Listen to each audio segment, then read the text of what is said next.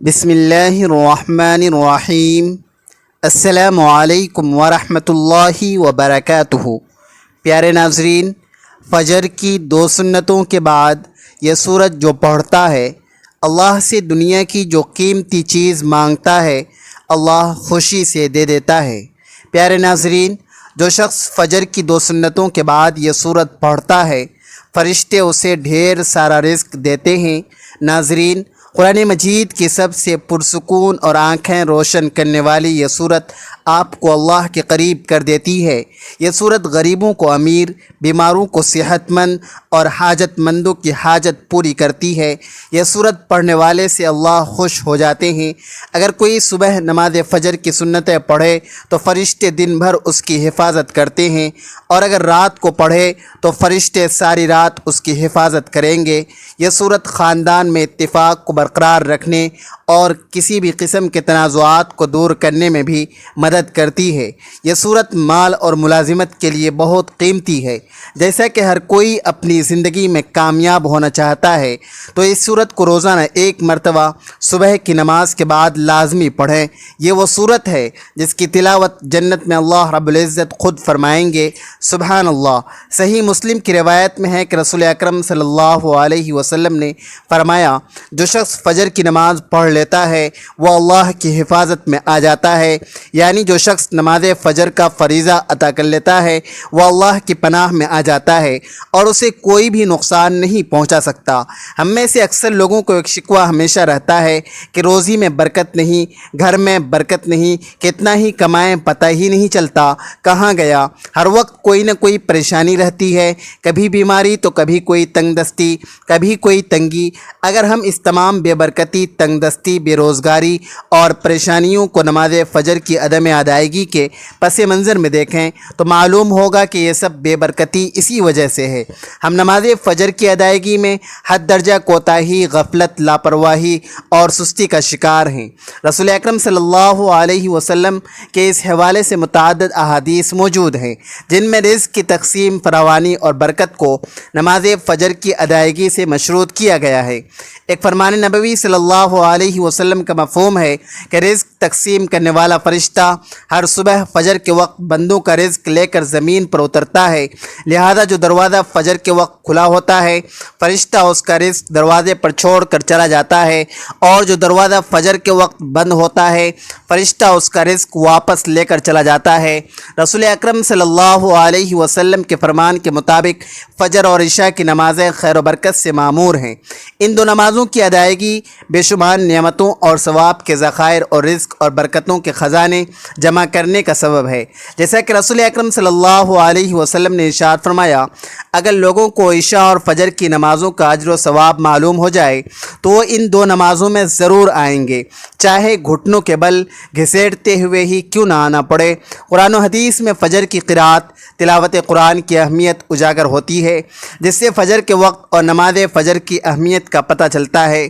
سورہ بنی اسرائیل میں فرمایا، فجر کا قرآن بے شک مشہور ہوتا ہے، بے شک فجر کی نماز میں پڑھا جانے والا قرآن محسوس ہو کر، مشہود ہو کر سامنے آ جاتا ہے۔ یعنی اگر فجر کی نماز میں پڑھا جانے والا قرآن سمجھ کر بغور پڑھا جائے یا سنا جائے تو وقت فجر کے تمام انوار و تجلیات اور قرآنی فیوز و برکات مشتمل ہو کر اللہ کے وجود اور اس کی وحدانیت کی گواہی دیتے ہیں۔ احادیث نبوی سے بھی نماز کی اہمیت و فضیلت اور نورانیت کا پتہ چلتا ہے۔ آپ صلی اللہ علیہ وسلم نے فرمایا کہ فجر کی 2 رکعات یعنی سنتیں دنیا اور دنیا کی ہر چیز سے افضل ہے۔ قرآن مجید اللہ کی سچی کتاب ہے اور یہ اللہ کا پیغام اپنے بندوں کے نام ہے۔ اس سے ایمان بڑھتا ہے اور دلوں کا زنگ اترتا ہے۔ قرآن پڑھو، اس لیے کہ قرآن قیامت کے دن اپنے پڑھنے والوں کے لیے سفارشی بن کر آئے گا۔ ایک دوسری حدیث میں ہے کہ قرآن کی سفارش کو قبول کیا جائے گا۔ قرآن کو پڑھنے کے بعد اسے اپنی عملی زندگی میں لانے والوں کے لیے بھی جھگڑا کرے گا اور نجات دلائے گا۔ رسول اکرم صلی اللہ علیہ وسلم نے فرمایا، قیامت کے دن قرآن اور قرآن والے جو اس پر عمل کرتے ہیں ان کو لایا جائے گا، سورۃ البقرہ اور سورہ آل عمران پیش ہوں گی اور اپنے پڑھنے والوں کی طرف سے جھگڑا کریں گی۔ قرآن کو جو لوگ مضبوطی سے تھام لیتے ہیں تو اللہ تبارک و تعالی ان کو بلند کر دیتا ہے اور وہ دنیا میں بھی عزت حاصل کرتے ہیں اور آخرت میں بھی جنت میں داخل ہو جاتے ہیں انشاءاللہ۔ جو قرآن مجید کی تلاوت اور تعلیمات سے دور ہوتے ہیں اور اپنی زندگی اپنی مرضی اور چاہت سے بسر کرتے ہیں تو پھر ایسے ہی ان کو اللہ ذلیل و خوار کر دیتا ہے۔ چنانچہ نبی پاک صلی اللہ علیہ وسلم نے فرمایا، اللہ تبارک و تعالی اس کتاب یعنی قرآن مجید کی وجہ سے بہت سے لوگوں کو سربلند فرمائے گا اور دوسروں کو ذلیل کرے گا۔ قرآن مجید کی تلاوت کرنے سے ہر حرف کے بدلے میں 10 نیکیاں ملتی ہے۔ قیامت کے دن انسان ایک نیکی کے لیے مارا مارا پھرے گا، لہذا نیکیوں کے حصول کے لیے تلاوت قرآن پاک کو معمول بنانا چاہیے۔ رسول اکرم صلی اللہ علیہ وسلم نے ارشاد فرمایا، جس نے کتاب اللہ کا ایک حرف تلاوت کیا اس کو ایک نیکی ملے گی اور ایک نیکی کا بدلہ کم از کم 10 گنا ہوگا۔ میں نہیں کہتا کہ الف لام ایک حرف ہے، لیکن الف ایک حرف ہے، لام دوسرا اور میم تیسرا حرف ہے۔ قرآن کو یاد کرنا اور اس کو حفظ کر کے اپنے سینے میں محفوظ کرنا سعادت مندی ہے۔ آپ صلی اللہ علیہ وسلم نے فرمایا، بے شک وہ آدمی جس کے دل میں قرآن کا کچھ حصہ نہیں وہ ویران گھر کی طرح ہے، اور قرآن کریم کی تلاوت تو خود اجر و ثواب کا باعث ہے، چاہے پڑھنے والا اس کے معنی و مقاصد کو سمجھتا ہو یا نہ سمجھتا ہو۔ اس کے ایک ایک حرف پر 10 نیکیاں ہر پڑھنے والے کو ملیں گی۔ جیسا کہ حدیث میں فرمایا گیا ہے، ہم پر یہ محض اللہ کا فضل و کرم ہے کہ وہ ہر پڑھنے والے کو اجر عظیم سے نوازتا ہے، لیکن بغیر سمجھے پڑھنے سے ثواب تو یقیناً مل جائے گا، لیکن قرآن کے نزول کا جو اصل مقصد ہے وہ اس سے حاصل نہیں ہوگا۔ وہ مقصد کیا ہے؟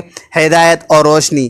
یہ تو صرف اسے ہی ملے گی جو قرآن مجید کو سمجھنے کی اور اس کے معنی و مطالب سے آگاہی حاصل کرنے کی کوشش کرے گا۔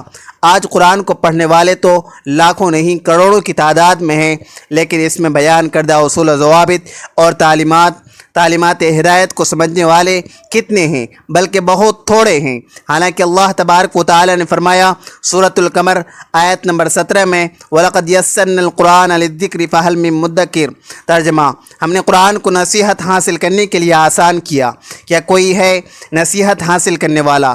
یہ واقعہ ہے کہ قرآن کریم اعجاز، بلاغت اور نظم و معنی کی مشکلات و اثرات کے اعتبار سے دنیا کی عظیم ترین کتاب ہے، جس کے حقائق کو نقاب کشائی کے لیے مختلف انداز سے توضیح و تفسیر کا ایک ناقابل تنسیق سلسلہ 14 صدیوں سے قائم ہے، مگر اس کے عجائب و غرائب ختم ہونے میں نہیں آتے۔ لیکن اس کے باوجود عمل کی حد تک یہ آسان ترین کتاب ہے۔ اس سے ہر شخص علم و بلاغت کی کتابیں پڑھے اور قواعد جانے بغیر بھی ہدایت و رہنمائی حاصل کر سکتا ہے۔ اللہ عز و جل قرآن مقدس میں ارشاد فرماتا ہے، ترجمہ، یہ کتاب پرہیزگاروں کی ہدایت کے لیے ہے جو غیب پر ایمان لاتے ہیں اور نماز قائم رکھتے ہیں۔ ہم نے جو دیا اس میں سے ہماری راہ میں خرچ کرتے ہیں۔ اور اللہ تبارک و تعالیٰ فرماتے ہیں، ترجمہ، قائم کرو نماز اور ادا کرو زکوٰۃ، نماز پڑھو، مسلمانوں کے ساتھ رکوع کرو، شریعت میں ہے باجماعت نماز ادا کرو۔ اللہ تبارک و تعالیٰ نے پورے قرآن میں مختلف مقامات پر مختلف طریقوں سے 700 مرتبہ اپنے بندوں کو نماز قائم کرنے کا حکم دیا، کیونکہ نماز تمام برائیوں سے روکتی ہے، جیسا کہ قرآن مقدس میں ذکر ہے۔ ترجمہ، بے شک نماز تمام برائیوں اور تمام برے کاموں سے روکتی ہے۔ اللہ تبارک و تعالی اپنے بندوں کو نماز پر پابندی کرنے کی تلقین اس لیے کر رہا ہے تاکہ اس کے بندے ذلت و گمراہی کے دلدل میں نہ پھنسیں اور حق کی راہ پر گامزن رہیں، تمام تر اکتسابات اور مصیبت سے بچتے رہیں۔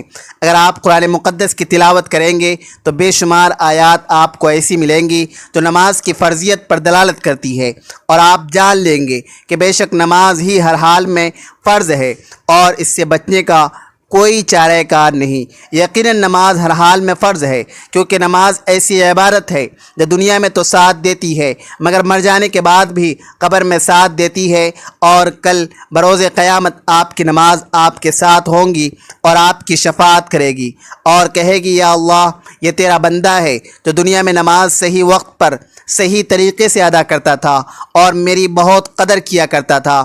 رسول اکرم صلی اللہ علیہ وسلم کی احادیث کی روشنی میں نماز کی فضیلت اور اس کی اہمیت کو سمجھا جا سکتا ہے۔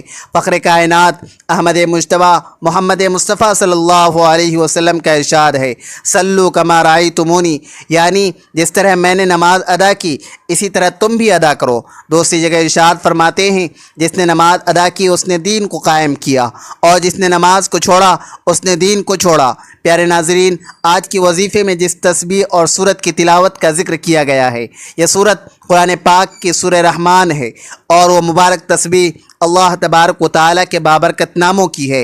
الرحمن اللہ کے خوبصورت ناموں میں سے ہے، اور جس کا مطلب ہے رحم کرنے والا۔ یہ سورت جو بھی پڑھتا ہے اس پر رحم کیا جاتا ہے، جس مقصد کے لیے پڑھتا ہے وہ مقصد پورا ہو جاتا ہے، دنیا اور آخرت کی سختی سے حسین نجات ملتی ہے۔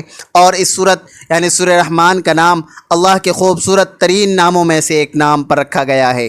اس سورت میں خدا کے فضل کی مثالیں دی گئی ہے اور اللہ کے مختلف تحائف کی اہمیت کو دہرایا گیا ہے۔ سورہ رحمان ہمیں رحمت کے تصور پر غور کرنے کی ترغیب دیتی ہے۔ اللہ تبارک و تعالیٰ نے ہمیں مختلف تحائف دیے ہیں، یہ دنیا بھی ایک تحفہ ہی ہے۔ درخت، کھانا، ہمارے ارد گرد کا ماحول، ہوا، پانی، صحت مند جسم اور دماغ، خاندان، دوست، سب کچھ ایک تحفہ ہے۔ ہم ان سب کی قدر کی نگاہ سے نہیں دیکھتے۔ اگر اس آخرت میں اسی طرح ہر تحفے کی اہمیت ہوتی، سورہ رحمان ہمیں یاد رکھنے میں مدد کرتی ہے۔ اسی طرح کے تمام خدائی نعمتوں سے غفلت نہیں برتنی چاہیے۔ یہ آیات دہرانے سے فَبِأَيِّ آلَاءِ رَبِّكُمَا تُكَذِّبَانِ، یعنی تم اپنے رب کی کون کون سی نعمتوں کو جھٹلاؤ گے۔ یہ صورت ہمیں بتاتی ہے کہ ہم اپنے رب کی کسی بھی نعمت کا انکار نہیں کریں۔ اس وقت کے مطابق کفار مسلسل اور مکروہ طور پر اپنا انکار کر رہے تھے اور مسلمانوں پر کھلے عام تشدد کر رہے تھے، تو تم اپنے رب کی کون کون سی نعمتوں کو جھٹلاؤ گے۔